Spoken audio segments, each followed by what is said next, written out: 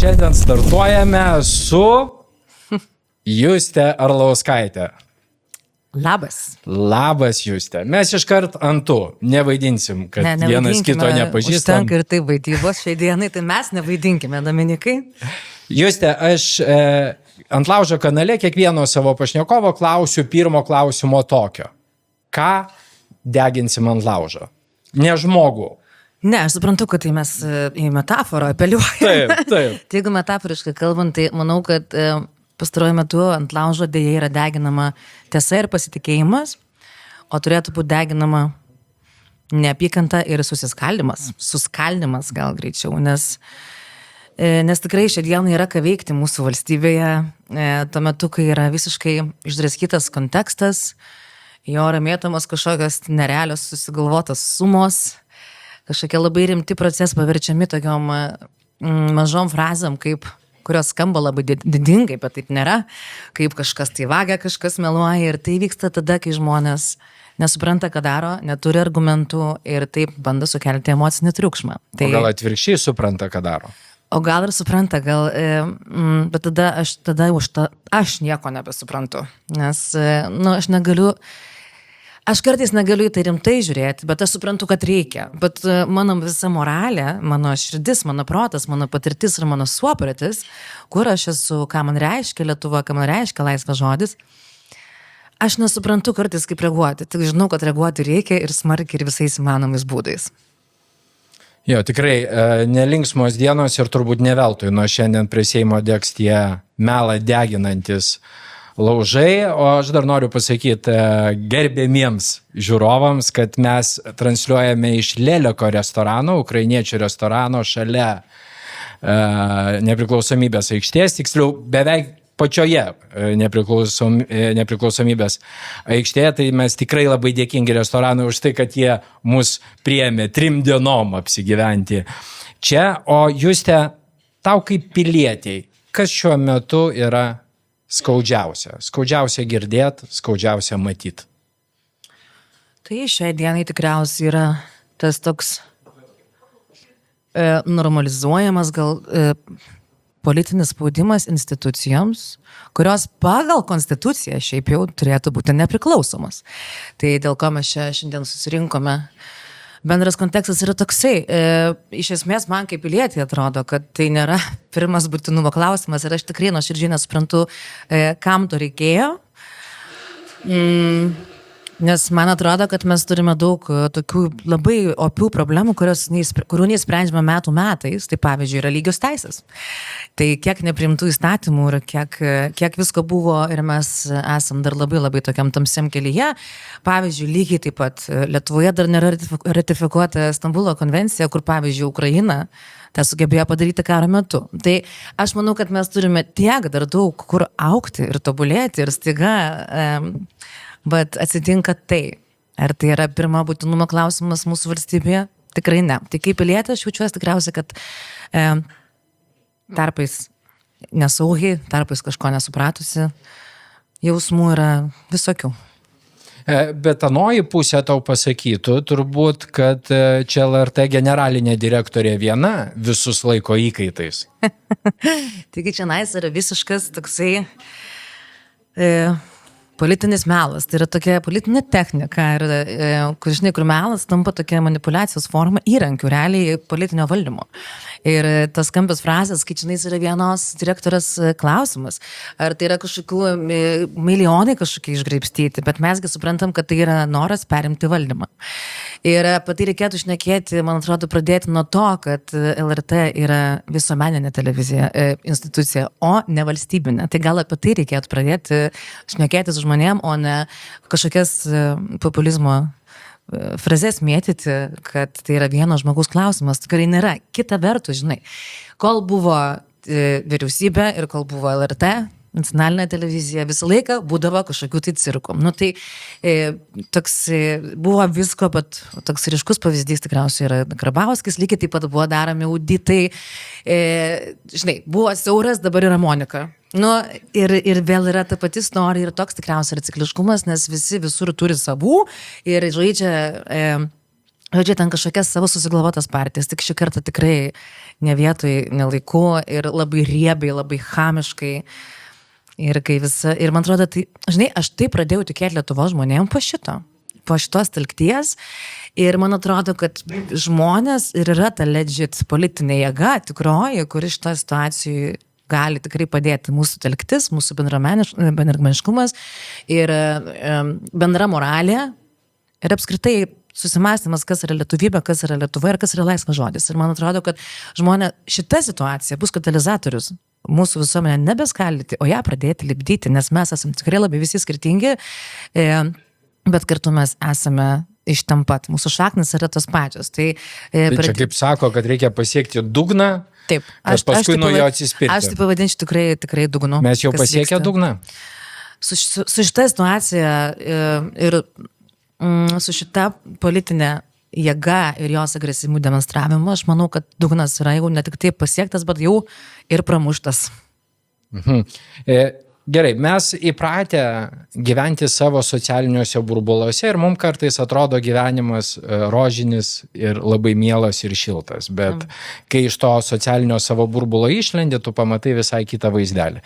Lygiai taip pat kaip tu dabar sakai, kad mes esam labai susitelkę ir vieningi, bet tikrai bus dalis žmonių, tikrai nesakau, kad dauguma ir nenoriu čia kalbėti kaip apie marą, bet yra tikrai didelė dalis žmonių, kurie galvoja visiškai kitaip. Ir štai, kadangi mes jau pradedam deginti melą, tai noriu vieną video pavyzdį parodyti, kągi kalba ne tavo burbuluose esantys žmonės ir dabar kalbės savo selfie kamerą, be abejo, ką jie visi moka puikiai.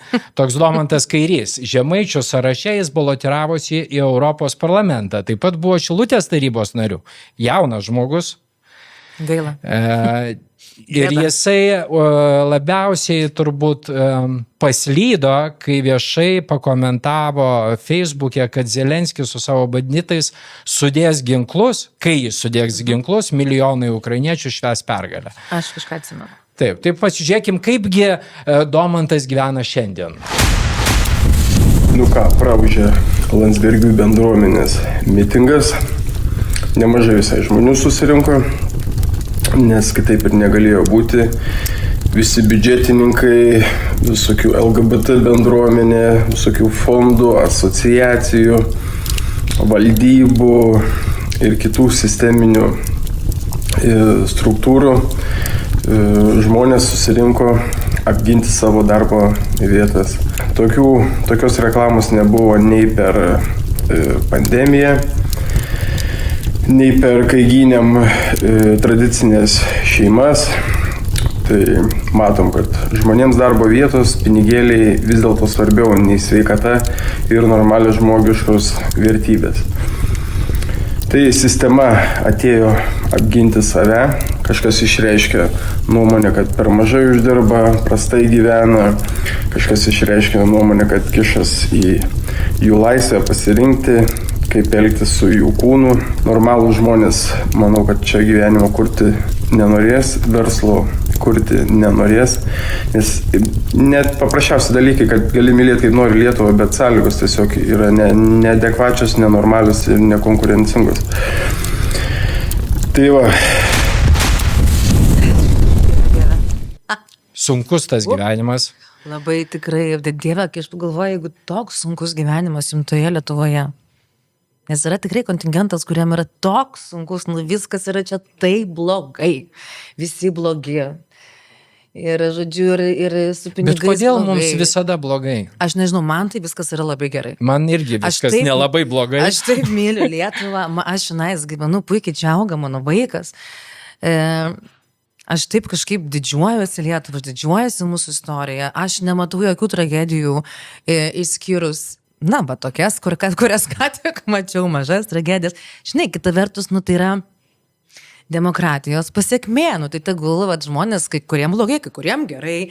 Tik tai vat, kažkodėl yra kontingentas, kurie primiktinai siūlo visiems įsigilinti į jo gyvenimą, į kažkokį sukurtą jo iliuzinį kontekstą, kad čia yra blogai. Nu taip nėra. Ir mes tai visi suprantam. Bet, pavyzdžiui, komentuoja YouTube iškart žmogus, puolamo žmogus uždavęs klausimą. Čia turbūt apie prieš tai kalbėjusi ekrane kalba, bet jis visų pirma nepuolamas, o antra, jis neuždavė klausimo, o trečia, jis įskleidžia melą, kad į protestą išėjo biudžetinių įstaigų darbuotojai, kas man, aš šiaip tai pirmą kartą, aš daug video visokių peržiūrėjau panašaus žanro, bet kai tai buvo biudžetinių įstaigų darbuotojai iš viso Vilniaus susirinkę, jie dreba dar dėl savo algų, prie ko čia LRT ir visos biudžetinės įstaigos, nu man sunku suvest, bet va tokia yra versija. Todėl, kad viskas yra labai dažnai sumalama į vieną katilą, viskas taip labai in general šnekama ir, žinai, kažkaip labai net ne juoda balta, aš nežinau, tai viskas yra labai labai pilka. Iš to gimsta labai daug melo, propagandos, nepasitikėjimo, kažkokia banga, nes daug žmonių iš tikrųjų, kurie mažiau gal domis ir ar, nežinau, kurie galvoja, kad mes čia kažkokie radikalai ir tada jau prasideda susiskirstimas marginalai, radikalai ir tam jo. Mes sisteminė, tai žinai, aišku, kuo čia jau seniausia, aišku, dar nuo LGBT prasidėjimo laikų, kad ten Sorošas einame iš vien. Tai man šitas visas fantazijos yra tokia, nu kažkokia tokia... Nu, kažkokie tokie sapneliai, žinai, aš negaliu to rimtai traktuoti, tik aš žinau, kad yra dalis žmonių, kurie tikrai tai traktuoja rimtai ir nepasdami tiesiog už savo kiemo ribų. Ir jų tas pyktis, kad kodėl ten mūsų yra tiek daug, nes yra skaičiai 40 000 žmonių protestuojančių ir tai yra tikras skaičius, niekino nesugalvotas, netimtas, pagal nepridėtas. mobilius telefonus. Taip, tai yra tiesiog fiksuotas skaičius. Tiek žmonių biudžetinių turinčių interesą vardan ko? Vardan algų. Algų, supratau. Tai... Kad jos nedingtų, nes gali dingti, jeigu LRT direktorės nenuims. Nu, ta prasme, o va šitą formuluotę tau neskamba komiškai, nes man tai skamba. Aš čia pats bandžiau suvesti, bet žodžiu, nu, man kitaip neišėjo tiesiog. Daug kas bando suvesti ir atrasti paralelės tarp Lietuvoje vykstančių dabar įvykių ir situacijos Sakartvele, toj pačioj Vengrijoje, jau kalbėkim būtojų laikų, nes ten jau įvyko tai, ko mes labai nenorime. Matytum kažkokių sąsajų, kiek, čia tikrai nenoriu jokių labai ten politinių įžvalgų, gink dieve, kalbam taip, kiek patys suprantam. Kažkaip taip nesinori lygintis, va dabar su tuo, kas tenais yra, bet man atrodo, kad mes visi, kas ar gyveno tais laikais, ar kas šiek tiek vėliau gimė ir žino pagrindus Lietuvos istorijos, mesgi viskas suprantam, kaip kas yra daroma ir ar anksčiau ar dabar yra daroma viskas iš to pačio kampo. Tai pradžia yra visą laiką tokia pati. Ir laisvas žodis, ir jo apribojimas, likti tokiom nekaltom, švelniom priemonėm, meluojant į akis, kad čia dabar būtina tai padaryti, nes yra, na, toksai intro į tai, kas seks po to, o tada apribojimas yra, žinai, mintis, teisės pasirinkimui ir kas tik nori ir mes nenori prognozuoti. Sako, kad galima tada žengti toliau link komercinių kanalų, apribojant finansavimus įvairiausius iš medijų fondų ir kitų struktūrinių fondų. Taip, nu tai vėlgi, tai žinai, mes, nežinau, aš buvus ir Kartvelė ir aš matau skirtumus Lietuvą. Aš kiek turiu išvalgų, kiek aš domiuosi, aš matau skirtumus didžiulius ir nesinorėtų, sakau, nei tą patys, nei lygintis, bet jeigu mes nebūtumėm tokie faini, stiprus lietuviai, tada gal kažkaip galėčiau atsakyti klausimą, o kur tai eina mūsų visuomenė ir kur neritasi.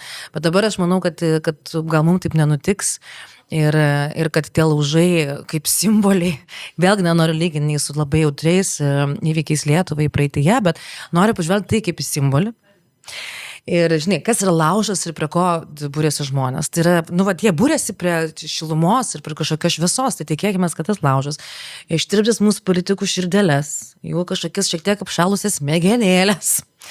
Ir kad jie nusto žiūrėti ciniškai į savo žmonės. Ir tada viskas tikriausiai bus gerai, nes dabar tai mes tampam toksai tvoninis triukšmas, o mes iš tikrųjų, mes turėtume būti ta pagrindinė kažkokia tai jėga ir mes turėtume turėti dialogą, o nebūti ignoruojami. Nes jeigu mus laiko kvailiais, tai mes gal tikriausiai tikrai einame tuo tragišku keliu. Laiko kvailiais? Man atrodo, kad jie mus laiko kvailiais, nes kai tu nereaguoji į tokią masę žmonių, ir tai yra tikrai kultūrininkai žmonės, tai yra žurnalistai, o tokie žmonės Lietuvą apskritai laiko ant rankų.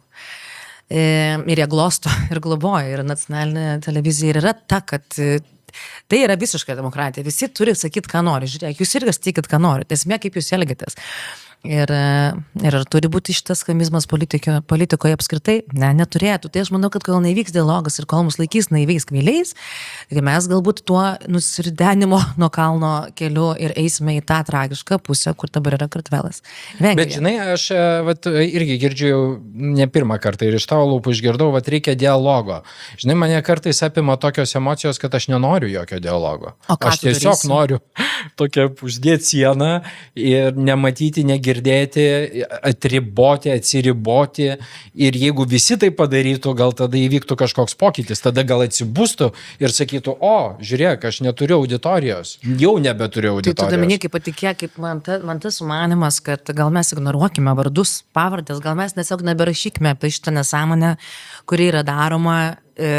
Man jinai taip patiko, bet tiesiog, žinai, nieks negali taip daryti iš esmės, nes tai yra aktualija nūdienos, ne? Bet aš tikrai, pavyzdžiui, nenorėčiau pasakyti ne vieno vardo ir ne vienos pavardės šiandien, būtent dėl to, kad aš taip tikiuosi, kad tos pavardės ir šita politika, kuri dabar yra Lietuvoje, atguls į Lietuvos istorijos paraštes ir kad jų niekas neprisimins. O jeigu ir prisimins, tai prisimins kaip didžiulę savivalę, kaip didžiulę jėgą, didžiulę gėdą, kad taip daryti nereikėtų. Gerai, vėl truputį iš savo rožinio pasaulio atšokime į kitą pasaulį. Ulala. Tu tik tokia esi?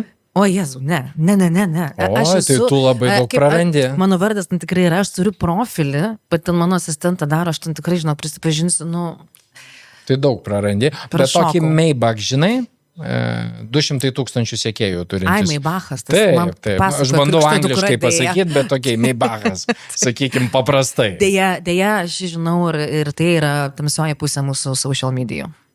Jo, ir kurį seka begalės nepilnamečių vaikų. Taip, aš apie jį sužinojau savo krikšto dukros. Ok, gerai, tai paklausykim, kągi kalba Maybachas su savo drauge Giedre. Normaliuose šalyse yra laisvas žodis. Lietuvoje jo tikrai nėra. Lietuvos sistema yra supūvusi, rusiško modelio postsovietinė, postkomunistinė. Čia sistema yra tokia pati kaip Baltarusijoje ir Rusijoje, tik kad kiti pavadinimai.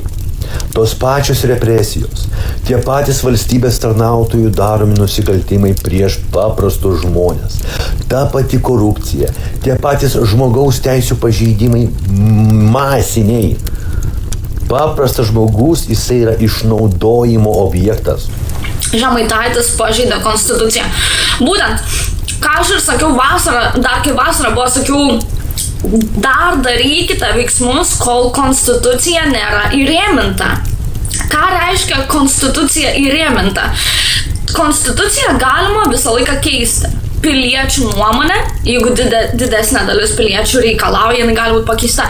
Bet mūsų įstatymai kiekvienais metais daro įstatymų pakaitas, įstatymų pataisas, reikalavimus arba kitokius pakeitimus, kurie įrėmina tam tikrus punktus, kurie sukuria sieną aplinkui konstituciją, kur mes negalim jos keisti, tampa tokia situacija, kai mes jos negalim keisti, būdami savo šalies piliečiai.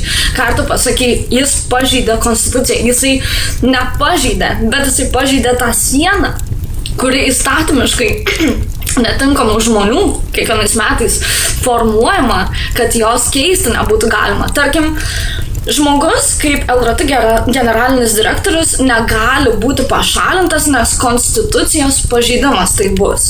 Jokioj konstitucijai, nei vienos šalies konstitucijoje nėra tokio punkto, kad žmogus negali paleisti savo pareigų. Paleisti savo pareigų. Madre mia. Nu, okei. Okay. Tai va, tai konstitucija, kai pažeidė, tai pasirodo, tu pažeidė tą sieną, kuri yra apstatyta konstitucija. Žodžiu. Man atrodo, kad tenai skaitė, bet šiek tiek ar kokį eilutę praleido ir po žodį, kokį rezumė, žinai, kaip klaidų Čia kaip su tuo privėlė. failu? Kaip... Taip, oi, žiūrėk, sprokstu. Tai, nu, čia nes yra labai... Holistinė ar kokių ten. Labai. Ne, nu, šiaip aš esu tikrai šokiruota. Žinai, dėl ko? Dėl to, kad aš išgirdau labai daug tokių kodų. Represija, paprastas žmogus. Tai yra tokie naudojami naratyvai. Labai daugelės sluoksnių visuomenės, nuo mūsų dėja politikų, iki štai tokių veikėjų, kurie apskritai neturėtų būti rodomi ir ypatingai paaugliam, ar bet kokio kritinio mąstymo, ar moraliam žmogui. Man tai yra, nu, tiesiog labai tamsus laukas. Ir jie šneka tą patį, tik tai kitais žodžiais. Bet ta mergina... Politikų pasakytas kalbas jie kartoja. Jie kartoja, tai kas čia yra? Tai man atrodo, kad čia viskas labai aišku, nes kai žmogus turi daug sekėjų, ypatingai jaunų žmonių, nu, tai jos ir, žinai, kaip pas mus vis laikas skundžiasi, kad jaunas žmogus, jauni žmonės neina balsuoti. Taip. Nu, tai kas šiandien, tai kai tu priešneki paaugliam tokių vėjų, žinai, o dar jis yra kažkoks, aš nežinau, čia dievukas ir pajakos objektas čia ir tas diskutuoti, na. Tai, o ką, žinai, tai mat kaip jau užaugusi kokia informacija, tai dieve, tėvai, mokytojai, nu, neleiskim kuo mažiau tokios dezinformacijos ir kuo daugiau tikriausiai tikrų istorinių žinių, kad ir auginkim savo vaikus sveikais, nežinau, pilietiškais, nes ką aš šiandien išgirdau, tai yra tas pats naratyvas, mes paprasti žmonės, mes liaudės žmonės, čia represija, čia tas pats, kas Rusija, čia tas pats, čia yra tokia nesąmonė. Čia yra, nu, žinai, čia atvirkščiai viskas padaryta. Nu, toks, ką iš čia kartojama net ne 40, čia 17 metų istorija kartojasi, kai liaudis paėmė valdžią. Bet tai nebuvo liaudis, tai buvo banditai tiesiog. Ir jie pasivadino liaudėmi. Nu, tai čia paprasti žmonės, liaudis, čia viskas apie tą patį. Mano nuomonė. Nes jie šneka visiškai mūsų, pavadins priešų naratyvais, pritaikydami mums, lik mes, žinai, tai kas mes patys savo priešai tampam. Tai, žinai, ir yra visuomenės skalimas, apie ką mes šnekėjom nuo pat pradžių tavo laidos. Nu, aš nežinau, man yra taip viskas obvieslu. Aš taip tikiuosi, kad daug žmonių tokią savo analizę padarys ir jeigu dar kažkas neaišku, tai pasidarys kažkiek tai aiškiau. Žinai, yra viskas taip aišku. Dabar irgi girdisi dažnai, aš bandau tiesiog atkartoti, ką matau ir stebiu socialiniuose tinkluose, o naršau gan nemažai, nes dabar su to melo deginimu tapo toks kaip ir gyvenimo būdo dalis tokia, kad protestų jau nebeužtenka, kad niekas į tai nebekreipia dėmesio, kad mums gal net nevertėtų eiti į tas gatves, nes nieko nepasikeis. Galbūt mums reiktų pradėti kokį nors ten pilietinio nepaklusnumo akciją. Nu, pavyzdžiui, visuomeninis transportas neišvažiuoja ne vieną rytą į miestą. Arba tai, kas vyksta Prancūzijoje, kas vyksta visam vakarų pasaulyje. Ką tu galvoji apie tai? Žinai, tai kokia Prancūzijoje? Italijoje tie protestai vyksta. Boikotai greičiau. Boikotai, taip. Nu, tai kas tikriausia, kartais paveiku, kartais ne tai paveiku, bet aš nežinau, ką mes kaip visuomenė, pirmas žingsnis tikriausiai yra tas išėjimas į gatves ir pasakymas, kad išgirskit mus, ką jūs darot. Bet jau mes 4 kartus išėjom. Tai taip, tai kas toliau? Nes kol kas tai, man atrodo, kad ta reakcija politikų, dieve, kaip neapsiverčia liežuvis vadinti šitos visos faunos politikais, nes aš nematau jų kaip politikų. Į tą cirką, nežinau, jie dabar tam padarė, atrodo, kad kuo mes daugiau darome, kuo mes daugiau kalbame ir kuo tokias, nežinau, tokiam švelnesnėm priemonėm, tuo jie labiau darosi abejingi mum.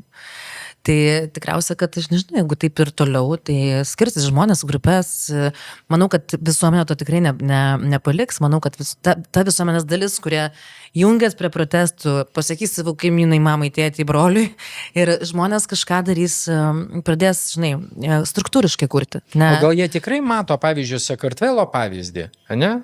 Ir ką Labai nuleidžia? geras pavyzdys. Ėjo žmonės, protestavo, ta minė augo su kiekvienu protestu. Tų protestų begalės, jau net ne 10 galima skaičiuoti, ne, vos ne kiekvieną dieną bijojo. Ir jie nieko. Ir Jie kas? toliau veikia, juos spaudė Europos Sąjunga, spaudė tarptautinė bendruomenė ir kas. Sakau, Ir nieko. ir kas? Tai gal va šitie mato tokį pavyzdį ir galvoja, palauk, taip, žiūrėk, ir mes taip galim. Na, kaip jie struktūrizuoti, visi dirba, kai jie šneka, koks yra visiškas ignoras. Nuo balsavimo teisės iki... Ne, jie sako, mes už žodžio laisvę. O tuo metu nori priboti žodžio laisvę. Labai logiška, tikrai. Ir tai daro visom labai apvaisliom įmanomam priemonėm. Žinai, labai sudėtinga prognozuoti, bet kol kas tai kažkaip noriu labai pozityviai tai žiūrėti. Nes iš tikrųjų, aš manau, kad mes turim begalę žmonių ir aš manau, kad ta begalė žmonių yra, nėra visi, tai yra dauguma žmonių, kurie supranta, kas čia daros ir kažkur visais įmanomais būdais tam prieštarus ir neleis įvykti, nes mes tiesiog kartuotumėm labai labai liūdną istoriją ir mes grįžtumėm kažkokį pradinį tašką ir dar gal baisesnį tašką, ko tikrai nelinkėčiau. Ta, žinok, patriotizmo sąvoka dar labai pasikeitė, kai mano vaikas gimė. Nes, žinai, atrodydavo, kad jeigu kažkas pasikeis, tai aš jau čia stosiu, ginsiu kažką. Tu visą laiką, tu kolektyviškai daug metų jau gyveni su kažkokia baime. Tada tas karas dar kvepuoja, atrodo, į nugarą, žinai, kažkokie priešo, kažkoks tavo kolektyvinė protėvių kartu ir čia viskas vyksta. O dabar kas vyksta, atrodo, kad tie žmonės kažkokią va šitą visą, nežinau, kaip pavadinti, struktūrizuotą kažkokį tai teatrą, kuris iš tikrųjų taps toj realybė, nori atvežti pas mus į namus. Ir aš išvelgiu čionais ne tik tai, žinai, aš kaip pasakysiu, kad man atrodo, kad čionais nėra vien tik tai LRT keisas. Okay. Aš manau, kad dabar vyksta kova už tai, ar Lietuva liks liberalia demokratija, ar mes vis tik tai kažkam tai paklusim ir prieisim kažkokio tai politinio kracho ir visiško susiskaldimo. O kas toliau, Dieve mano padėk, aš savaitę pradėjau su Rimvyda Valatkos straipsnių Facebook'e. Man iki šiol yra gumulas gerklėje, skaičiu apie politinį kontekstą, globaliau šiek tiek, ne tik tai Lietuvoje, tai ir globaliai kas vyksta, yra labai baisu ir jeigu mes nesureaguosim net į pasaulį iš savęs, ne, iš mūsų Lietuvos ir dar ją pradėsim visi griauti, tai veda į patį blogiausią scenarijų. Neapima kartais beviltiškumo jausmas. Apie tai aš ir šneku, man gumulas gerklėje.